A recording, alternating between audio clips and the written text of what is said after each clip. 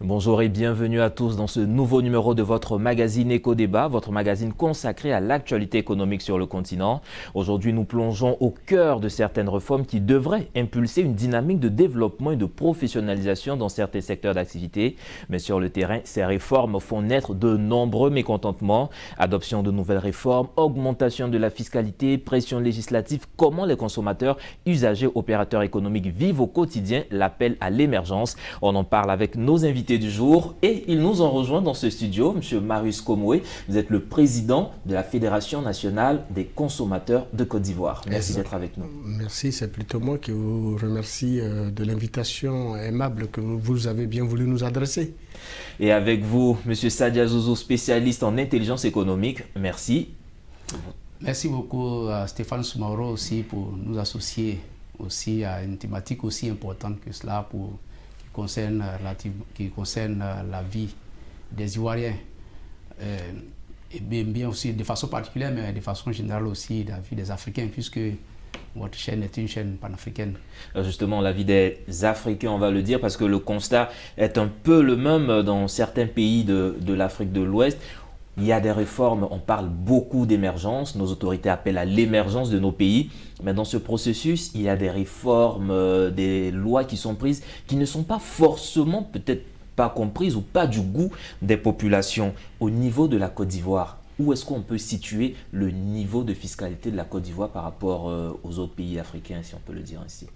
Quand vous regardez le développement de la Côte d'Ivoire par rapport justement aux pays qui l'entourent, dans la sous-région, je s'entends, vous comprendrez très clairement que la fiscalité au niveau de la Côte d'Ivoire sera toujours élevée parce que c'est en fonction justement des réalités économiques, en fonction des potentialités d'un pays que la pression fiscale s'exerce.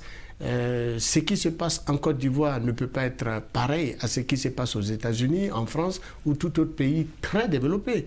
Mais à contrario, ce qui se passe en Côte d'Ivoire ne peut pas être aussi l'équivalent de ce qui pourrait être au Mali, au Burkina, au Bénin et bien d'autres pays qui nous entourent.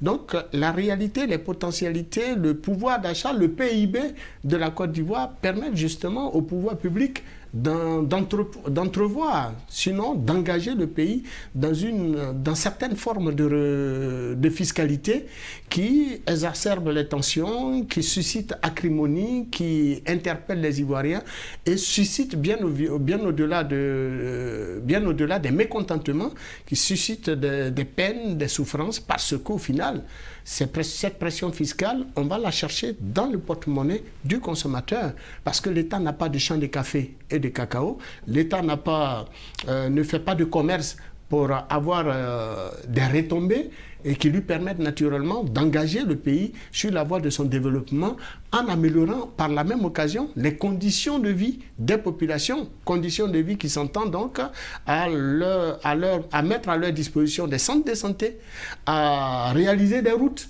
à créer des écoles. Aujourd'hui, on se plaint que nos hôpitaux n'ont pas de plateaux techniques dignes de ce nom. C'est dans les porte-monnaies des Ivoiriens que nous irons chercher l'argent pour équiper justement ces plateaux techniques. Et donc, les pouvoirs publics, leur rôle, c'est d'améliorer les conditions de vie des populations.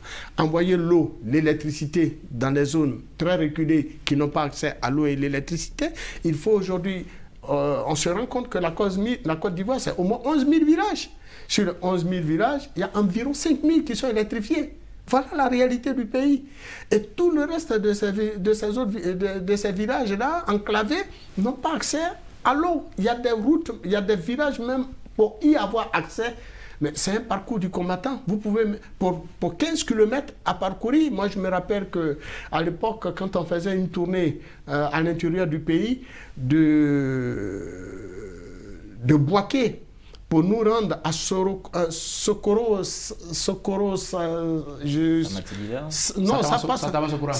Sokora. Mais nous avons mis pour environ pas plus de 20 à 30 km, nous avons mis plus de 3 heures de temps, 4 heures. C'est inacceptable aujourd'hui dans certaines contrées pour y avoir accès. Et ça, c'est à l'État d'aller donc créer les routes. Et les routes là, pour avoir l'argent pour les créer, il faut aller chercher cela dans les porte-monnaies des Ivoiriens. Seulement, nous disons que les réalités du pays En vérité, le consommateur ivoirien n'est pas contre le paiement de sa fiscalité. Non, du tout. Le consommateur ivoirien est très soucieux de son avenir et de son devenir.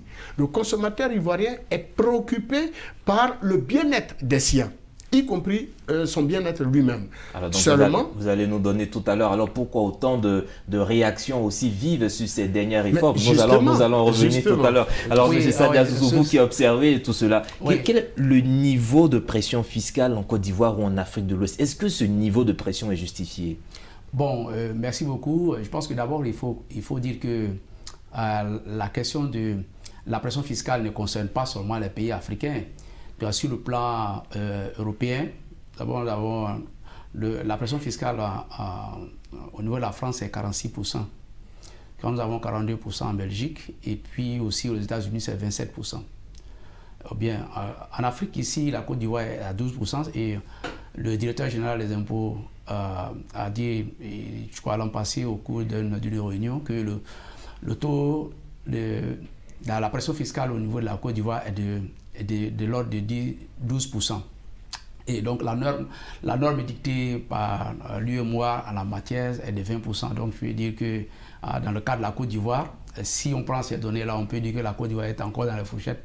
Lorsque par exemple ce taux se tourne autour de 20,20% par exemple au Sénégal, quand on prend un pays comme le Sénégal. Donc je vais dire que la pression fiscale, comme M. Koumou l'a dit tout à l'heure, dépend bien entendu des différents des projets que l'État a décidé de réaliser dans un pays bien déterminé. Donc je vais dire que peut-être que vous allez peut-être poser la question tout à l'heure pourquoi on l'aille un peu plus en avant. Mais voici la réponse que moi je peux donner par rapport à ce que vous avez dit.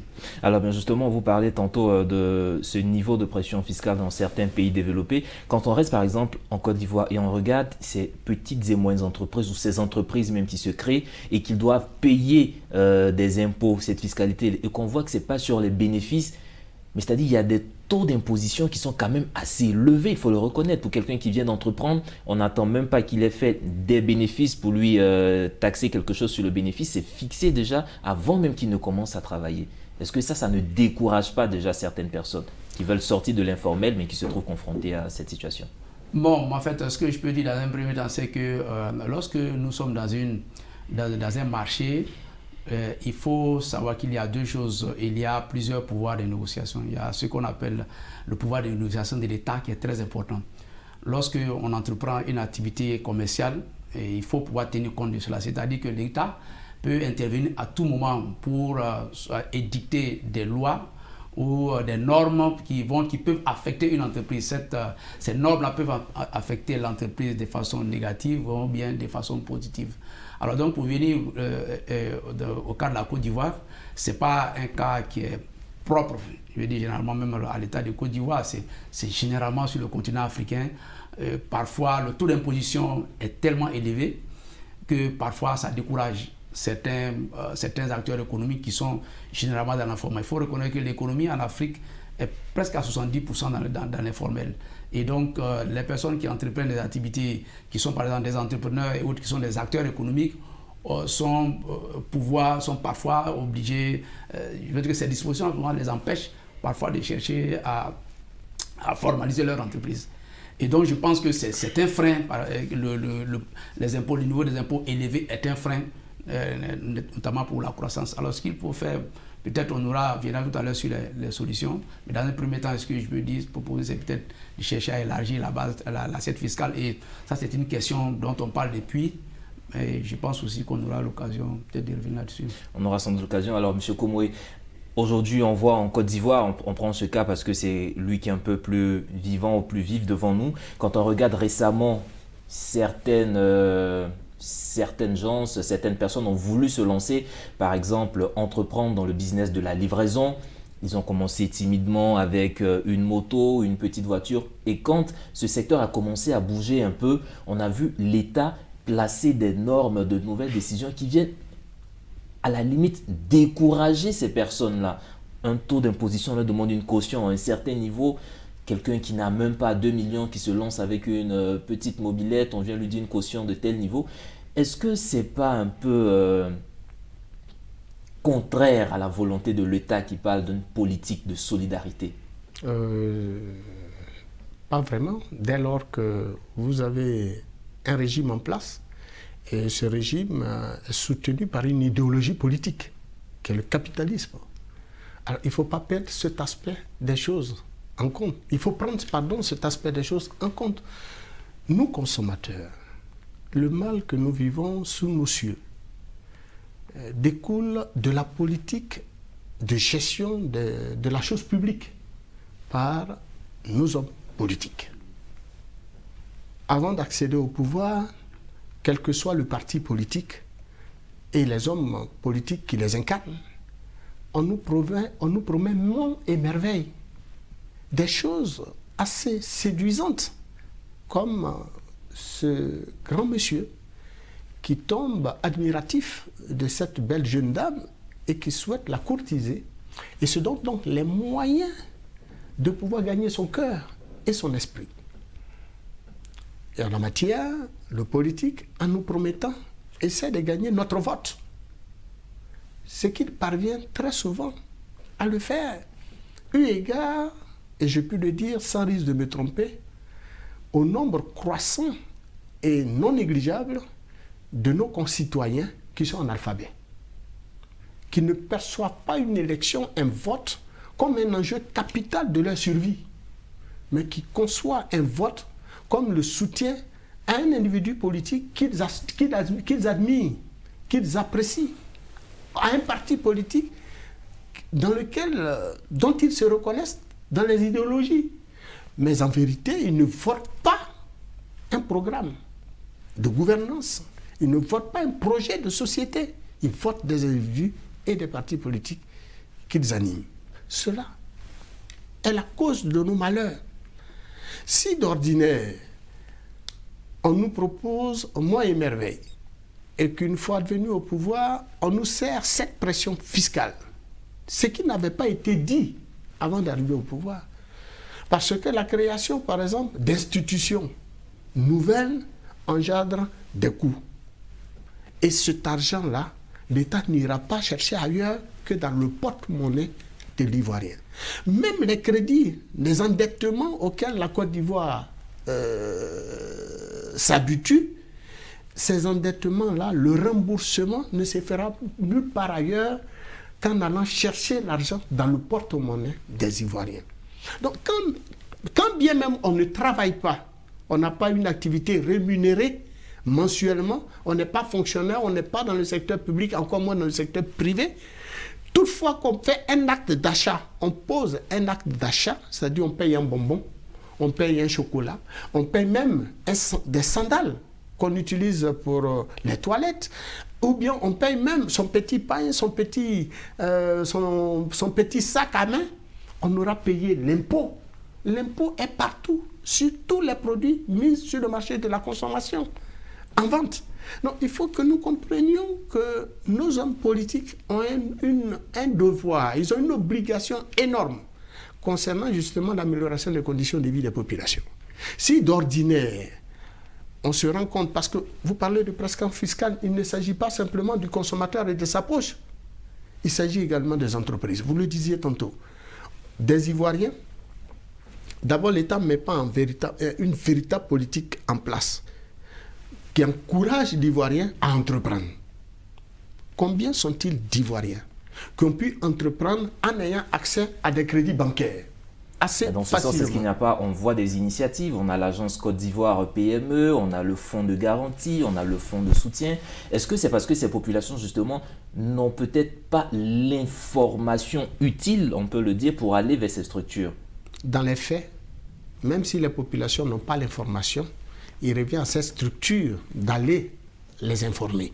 Puisqu'elle a été créée pour, elle dispose de budget pour. Il y a d'ailleurs même dans ces services, pour la plupart du temps, des directions de la communication dont les responsables, avec leur personnel, sont payés avec l'argent du contribuable. Ces structures fonctionnent avec l'argent du contribuable. Donc, quand l'Ivoirien... Et puis, n'oublions pas qu'il ne faut pas surtout perdre toujours de vue la masse d'Ivoiriens qui sont analphabètes. Et puis, l'État aussi et ces structures dont vous parlez ne vont pas aller, si ce n'est encourager les Ivoiriens à aller dans le secteur de l'élevage. Aujourd'hui, il faut plutôt aller dans ce sens. Je pense que le ministère en charge de la production animale et halieutique devrait entreprendre justement une telle politique aux côtés des structures citées. En principe, comment pouvons-nous tourner le dos à l'importation tout azimut du bétail qui sont produits par des pays enclavés, qui n'ont même pas accès à l'eau, puisque c'est avec l'eau qu'on fait traire les vaches. Ils n'ont pas accès à de l'herbe fraîche sur l'ensemble de leur territoire.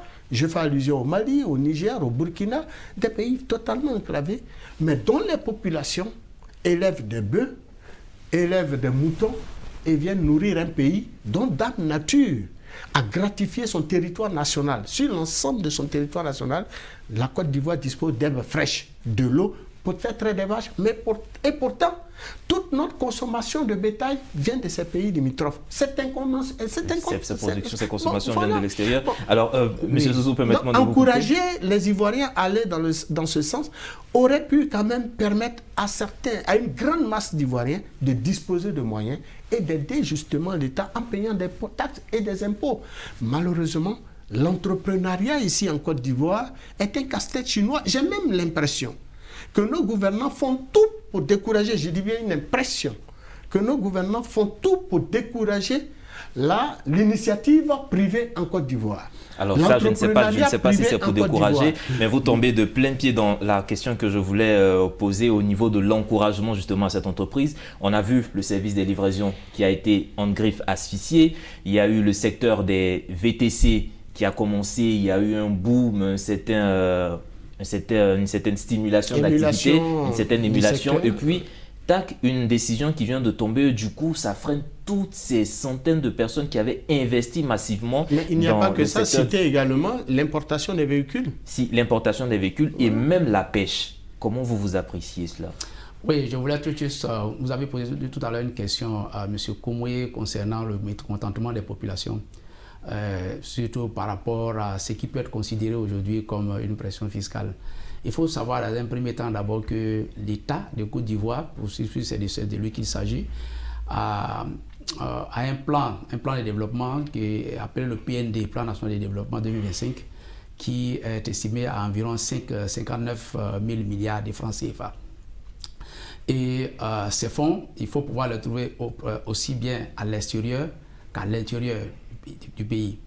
Donc je pense que, à mon avis, que tout ce à quoi nous sommes en train d'assister aujourd'hui est lié à ces facteurs-là. Comment trouver ces ressources-là? Alors, s'il y a un mécontentement aujourd'hui, cela est lié plusieurs fois. D'abord, est lié à plusieurs facteurs. D'abord, dans un premier temps, il y a le fait aussi qu'il y a la faiblesse aussi de l'éducation fiscale. M. Koumoué l'a souligné tout à l'heure. C'est un point très important. Nous n'avons pas la culture fiscale. Elle n'a pas été inculquée au départ. Cela est dû aussi à un facteur historique. Dans un premier temps, je pense que l'aversion, ou bien je vais dire la réticence de nos parents, ou bien des ménages à payer les impôts, un peu liés à l'histoire coloniale, où véritablement, je parle sous le contrôle de nos anciens, où c'était la chasse aux personnes qui ne payaient pas les impôts. Donc c'est arrivé. Et lorsqu'il y a eu la période de l'indépendance, on s'est rendu compte que les États, dans un premier temps, ont compté sur les ressources extérieures, notamment les produits d'exportation tels que le café, le cacao. Et pendant longtemps, on a parlé des miracles économiques ivoiriens. Ils étaient basés sur, je veux dire, à un moment où le prix du kilo de cacao était à 3 000 francs sur le plan international. Donc, ça a entraîné ce qu'on appelle le boom économique au niveau de la Côte d'Ivoire. Donc, je vais dire que l'État a eu l'habitude de compter sur les ressources externes. C'est généralement à partir des années 90 qu'on a commencé à voir. Et je vais dire aussi sous les effets des conseils aussi, des experts, aussi des institutions financières internationales. Ça veut dire qu'à partir de 1990, l'État a souscrit au PAS, au programme d'ajustement structurel des institutions de Bretton Woods, de la Banque mondiale et du FMI. Donc, il a mis en place une administration fiscale très structurée. Donc, ça, c'est un facteur qui est très important. Donc, il y a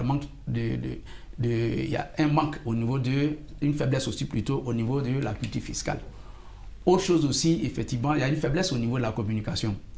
Il faut pouvoir expliquer aux populations dont M. Koumou a parlé tout à l'heure, la Côte d'Ivoire, officiellement, 60% de la population est analphabète. Donc, il faut mettre une stratégie de communication très, très importante pour expliquer aux populations que autour de nous, nous voyons beaucoup d'infrastructures qui sont construites ici, des ponts, des routes, etc., etc., nécessitent qu'il y ait véritablement une mobilisation financière très, très importante pour pouvoir réaliser cela. Et donc, ces travaux-là peuvent s'exécuter, peuvent être réalisés grâce notamment aux apports extérieurs, ça peut être à travers les IDE, les investissements directs étrangers, ou aussi à partir des apports internes. Alors donc les ressources internes, c'est bien entendu au niveau des impôts. Maintenant, pour en venir, maintenant, je vais dire qu'il y a, si la population est mécontente, il y a quelque chose. Très certainement, je vais dire que les personnes qui ont pris ces décrets-là, je pense que ce sont des personnes qui sont très qualifiées, etc. etc. La question est de savoir si est-ce qu'elles ont pris suffisamment de recul pour analyser le niveau de vie réel, le pouvoir d'achat réel des populations avant disons, de prendre ces dispositions.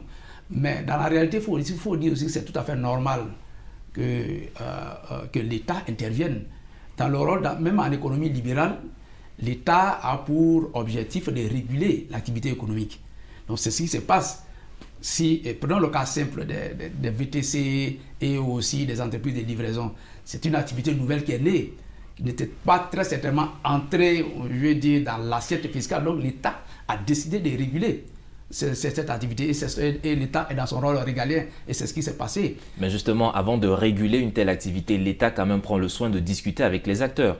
Bon, parce qu'on a vu par exemple le cas des VTC, la décision est tombée et c'est maintenant ils vont négocier, discuter avec les acteurs pour essayer de recadrer les choses, trouver des compromis. Non mais là, moi, je m'en tiens à ce qui a été dit des représentants du ministère, enfin des représentants d'organisations professionnelles des transporteurs ont dit que les propositions qui ont été faites au niveau de la régulation du secteur des VTC a été faite je vais dire, en partenariat ou bien en concertation. En concertation, plutôt c'est le mot, avec les acteurs des transports. Et oui. Que les conclusions qui sont la haute autorité et aussi d'autres entreprises. Donc ça veut dire que les propositions qui sont parvenues à un haut niveau, au niveau exécutif pour prendre la mesure, pour prendre la décision finale, ont été faites de façon concertée. Alors donc on ne comprend pas pourquoi ces mesures qui ont été édictées aussi par l'État provoquent des grincements des dents. L'un dans l'autre, c'est ce que je peux dire. Mais j'appuie pour dire que lorsque on exerce une activité plutôt dans le domaine économique, il faut s'attendre, je veux dire, à ce qu'on appelle aussi le pouvoir de négociation de l'État. Le pouvoir de négociation de l'État est très important. Donc c'est pour cela que qu'on soit des petites entreprises, qu'on soit des toutes petites entreprises, qu'on soit des entreprises moyennes, il faut développer des stratégies de veille stratégiques pour voir dans quelle mesure, soit par exemple des lois ou bien des normes qui peuvent intervenir demain, peuvent impacter l'entreprise. Et je pense que c'est ce qui n'a pas été fait. Quand vous écoutez le responsable de la mutuelle des propriétaires de VTC, il dit très simplement, nous sommes d'accord que l'État intervienne pour aider, pour réguler le secteur, parce que c'est ce qu'ils ont demandé au départ, lorsqu'il y a eu le clash entre les acteurs traditionnels et aussi les acteurs des propriétaires de plateformes. Ils ont dit que nous sommes d'accord, mais il y a certains aspects qui sont quand même qui sont arrivés. Et c'est ce qui a été dit. C'est pour ça que le ministre a dit et qu'il était ouvert à la négociation. Certaines personnes se sont rendues compte à travers certaines dispositions de cette loi-là que il y a la loi sur les VTC, cette loi ou bien ce décret a été copié, était une pâle copie de ce qui se fait actuellement en France. Et où les VTC sont, par exemple, le matériel roulant utilisé dans les VTC, c'est quand même des véhicules d'un certain standing. Alors donc, ils vont discuter et puis essayer de trouver la meilleure des façons. Je pense que c'est ce qui peut être fait, en tout cas pour un acteur économique. Un acteur économique ne peut pas aller contre l'État, parce que l'État est au-dessus.